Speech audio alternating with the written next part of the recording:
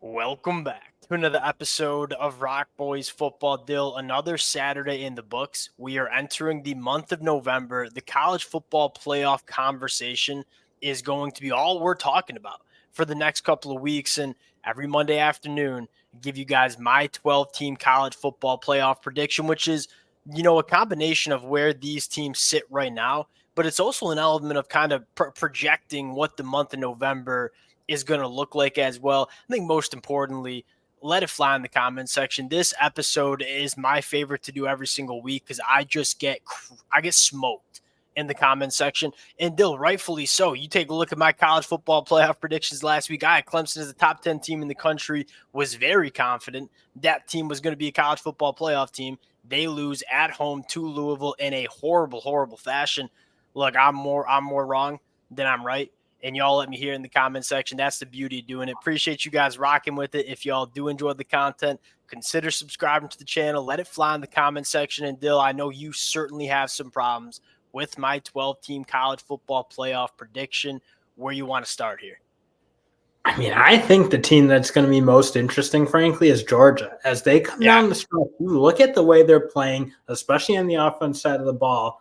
They have Ole Miss and Tennessee, and Ole Miss is starting to get it rolling. Like, Ole Miss was playing so bad for the first part of that SEC schedule, especially on the offense side of the ball. That team's figured it out. That offense seems like it might be starting to click. And if it does, that defense is as good as we've ever seen it in Ole Miss in the Kiffin era, and by far it's better than anything else we've seen. That's a really dangerous team. Tennessee, Nico played really good against Kentucky. I don't know that the box score is even fully going to do him justice and how good he looked. Those two teams are really dangerous, and Georgia, they have a really rocky road unless Carson Beck starts playing a little better. Look, I think you have to have Georgia number 2 SEC champion right now. You're absolutely right. Like, the next 2 weeks, Georgia better clean it up. They're going to be at risk. They're going to be in that conversation of, are they even making the college football playoffs? Because the eyeball test has just not been good for Georgia. Now, I think the good news for Georgia fans, that defense is continuing to look very, very good. But Carson Beck in the turnovers that he's had, you're not going to be able to turn the football over 3 times against Ole Miss on the road and win that football game. You're not going to be able to do that at home against Tennessee either. This Georgia team has an absolute gauntlet in the month of November. Right now, I have them still winning the SEC championship, but they got to start playing some better football. And we're not used to having all these questions about Georgia entering the month of November like we have right now.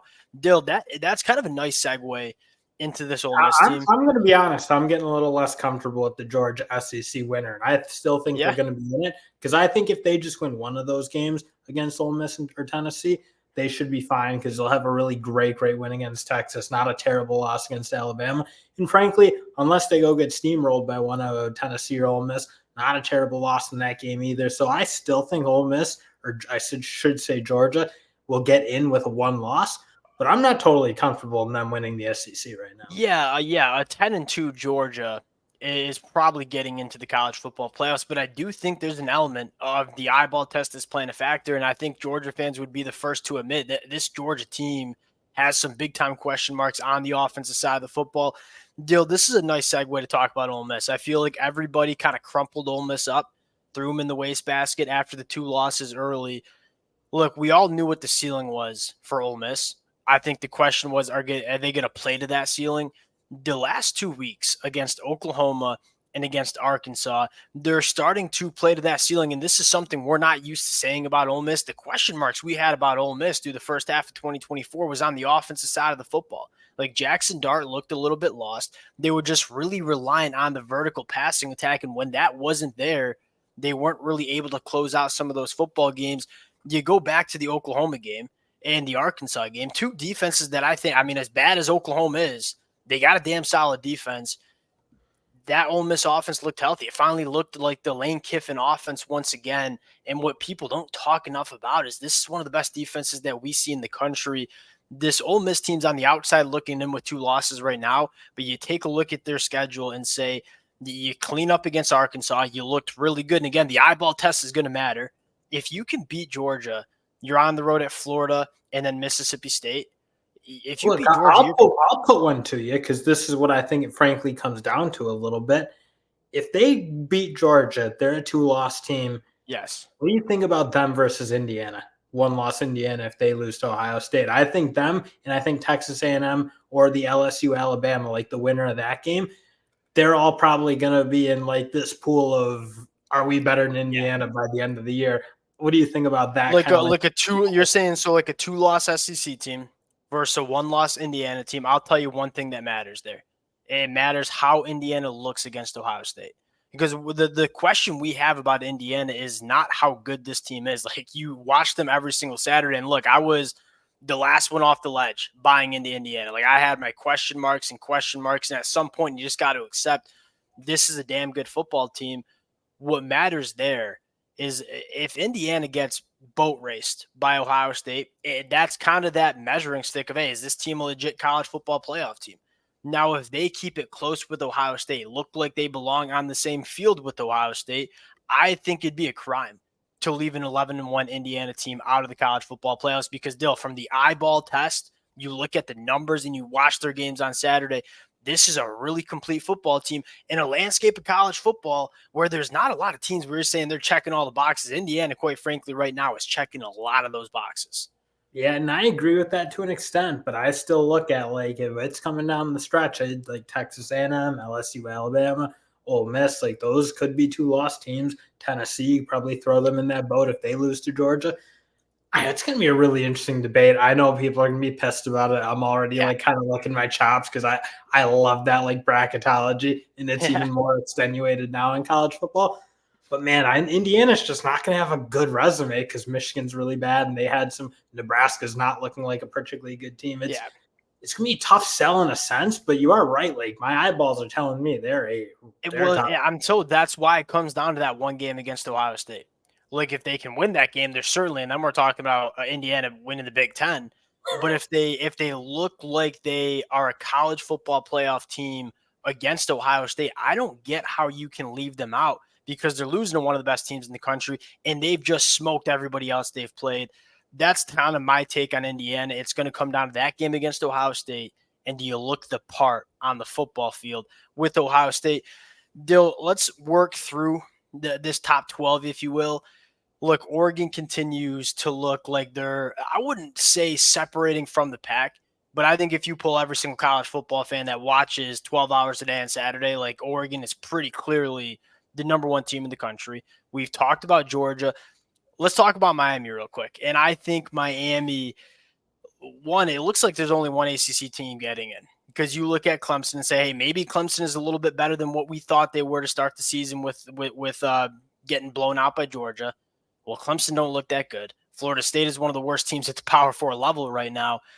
If Miami runs the table and wins the ACC, obviously they're taking the number 3 seed, but you kind of do have some question marks that are perking up about Miami where they're not necessarily dominating the way you want to see them dominate every single Saturday. Well, What's your look, take on Miami here? that SMU game feels like that could be like a 70-70 game, and whoever's got the ball last maybe is winning it. Because again, you look SMU, I don't think their defense is the greatest, and Miami's offense is awesome, and vice versa. Miami's defense, like looking at them, I don't totally know how they control that SMU team. Now, those two look like they're in a collision course.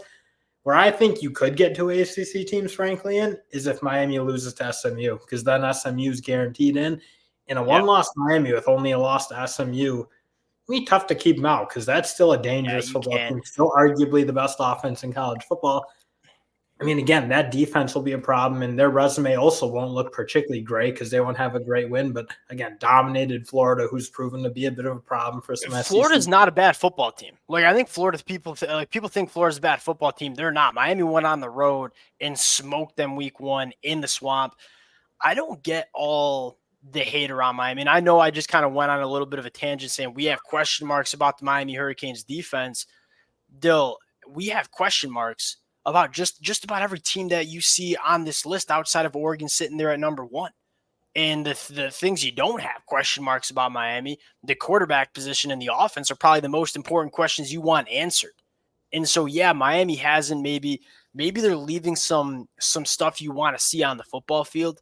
But at the end of the day, they got the best quarterback in the country. They got statistically the number 1 offense, and it checks out when you watch their games. I still think Miami's a really good team with the best quarterback in the country. Yeah, I do think it's interesting. If they were to lose to SMU in the ACC championship game, I think it's still really tough to leave them out. Now, That's how I you do can want get to. I that is the only way they get to. 100% agree. SMU, real quick. Why are we talking about them? And we said this last week, like it or not. Like we're going to be talking about SMU in the month of November because you take a look at the rest of their schedule. Mind it, their only loss on the season being to BYU when they didn't have Kevin Jennings starting. I think BYU is a really good football team, but also this team, SMU team with Kevin Jennings starting, is like a different animal on Well, offense. because lest we forget what they play, a tight win against Utah State without Kevin. I mean, Kevin Jennings has made this team a totally different beast. 100%. And you look at their schedule and say BC at home, at the road at Virginia, on the road at Virginia, Cal at home. Those are the last 3 games they have on their schedule. SMU should be an 11-1 team playing for an ACC championship. Then the question is they'll need to beat Miami. I think so too. To make the college football playoffs, in my opinion. But we're going to be talking about them for the month of November. Let's get into that Big Ten. So Oregon clear number 1. Penn State, Ohio State. Did Penn State kind of fool us? Penn State's getting into the college football playoffs because you look at the rest of their schedule and say Washington, at Purdue, at Minnesota, Maryland, like they shouldn't lose any more football games. Still, the offense looked like the same old Penn State offense. No, that Penn State offense moved the ball a little bit. I feel like people don't realize they had the ball twice inside the 5, 0 points. I mean, you can't have that, obviously, but that's a team that could have easily scored 14 more points. And again, I mean, they probably fooled us to an extent. I'm not going to go overboard. They don't have any wide receivers. Their wide receiver play is a disaster. Their lack of explosion is a real problem. But I still think this is a much better offense. Drew Allar is playing some pretty good football. Again, he doesn't get a whole lot of help. I thought he was good with his legs, making some plays, extended some plays, got the ball down the field. Again, it is concerning that they don't have wideouts who can do almost anything, it feels like. But this is still a better offense than what it was last year. And this is still a playoff team because they very easily could have beaten that Ohio State team. That's fair. They're still a playoff team. To me, they're not a particularly dangerous team to win it all, though. I'll say that. Because you need those difference makers. You need those plays to win you football games. And I'm with you. I think Drew looks better at quarterback. The offense looks better, right? Coach Kolnicki has changed that offense, but at a certain point, we're still talking about college football. You need the Jimmies and Joes. And outside of Tyler Warren and the running backs, they don't have pass catchers that can really make it happen. And that's a massive concern. Still, Ohio State coming in at number 5 that, they're still arguably for me the number 2 team in the country. You lose a very tough one on the road to Oregon, who's the number 1 team in the country. The offensive line, I mean, Donovan Jackson had some issues with Abdul Carter, which is to be expected in his first career start at the left tackle position. But I thought the offensive line acquitted themselves better than I thought it would against Penn State. The defense was very, very good. You good with Ohio State at 5? And you see how dangerous they can be when they're really going to run Will Howard, because that did open up some things that put a lot of pressure on that Penn State defense, and they still can get the ball down the field. That's one thing. Again, they didn't hit their 2 shots, but they had 2 shots where they had wide receivers running downfield. One Will Howard missed, one Jeremiah Smith dropped. I mean, they have the ability to be explosive, especially when that run game is kind of clicking with the quarterback being involved. So I'm kind of with you. I think they are the second best team in the country because, again, you look at teams like Georgia and some of those other SEC teams, they just have some big questions that you kind of don't have answers Question for you now. Moving back to the SEC, kind of yo-yoing around. What about a 2-loss Texas team? What if Texas goes 10-2? Obviously, the loss to Georgia, loses on the road to Texas A&M. That Texas A&M loss, it hurt a couple teams. I think it hurt Notre Dame. And I think Notre Dame's going to be just fine because you're starting to see a lot of college football playoff caliber teams beat each other. Yeah. And so a 1-loss Notre Dame team, I think, should be okay. But if Texas loses on the road to Texas A&M, a 10-2 Texas team, what are the chances that they're getting into the college football playoffs? Not good. Texas A&M is going to jump them. I think it's going to be tough to leave out a 2-loss LSU, Alabama over, because Texas you kind of said it last week, and I gave you a little pushback. You're right. They're not going to have a good win. Michigan, really, really bad this year. That's probably it's arguably their best win right now. And that's just it's not going to be ideal if they don't beat Texas A&M because they just aren't going to have a particularly tough schedule until they play them. And frankly, I think the Aggies are still dangerous. I think Marcel Reed, like, I know they got beat, really tough environment in a good South Carolina team. I know their record's probably not going to show up, but Lenora Sellers played awesome. That defense is really good. A&M's going to be a really dangerous team, and I'm not sure a 2-loss Texas is getting in. Because you just don't have the wins. You know, you're too and then with the loss to Texas A&M, like that all of a sudden won't be a top 10 loss at the time. And so when your best win is on the road at Michigan or maybe on the road at Arkansas, when you play Florida at Arkansas, Kentucky the rest of the way, there might be an element of the eyeball test for Texas too. Like, do they look like a college football playoff team in the month of November? That's probably one of those conversations. The eyeball test definitely favors Texas, though, because that team looks really, really good to me personally.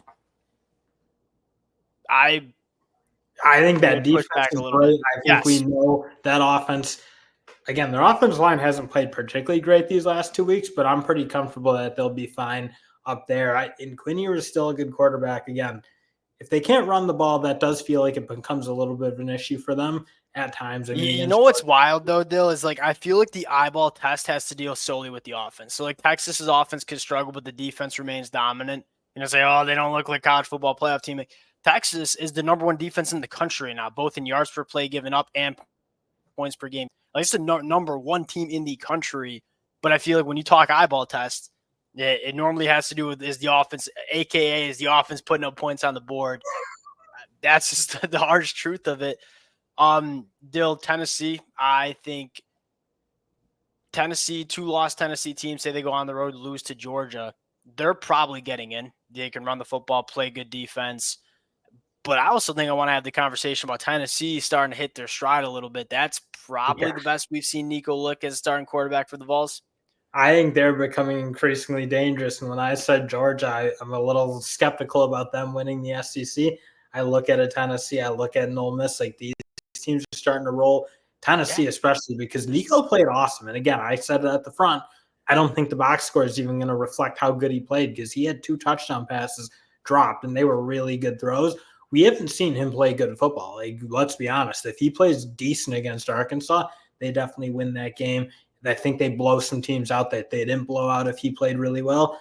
I mean, they have guys open. They have the weapons to do it, and they have a great running game and a great defense. Like, he is the missing piece. And if he plays the way he played against Kentucky, this team, I think, is going to be a favorite against Georgia. I feel like Tennessee and Texas are those two teams that we know there's another gear, and we just want to see that gear. They both are playing elite defense. I believe Tennessee's the number 2 team in the country in terms of yards per play given up. Both elite defenses, but kind of like how you talk about them normally deals with the offense. Like Quinn Ewers, Arch Manning, Nico, and Josh Heupel.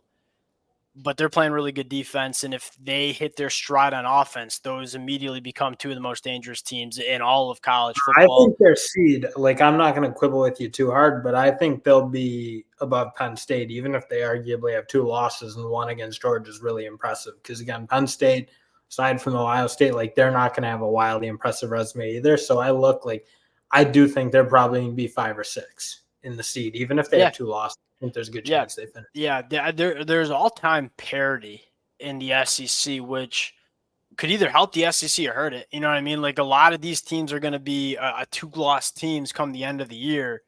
But if all those teams are pretty dang good football teams, they're probably all getting in, and some of the other conferences are getting left out. And Dill, I mean, in my predictions, I got 4 Big Ten teams. I got 4 SEC teams, 1 G5 team in Boise State, 1 independent team with Notre Dame, and 1 ACC team.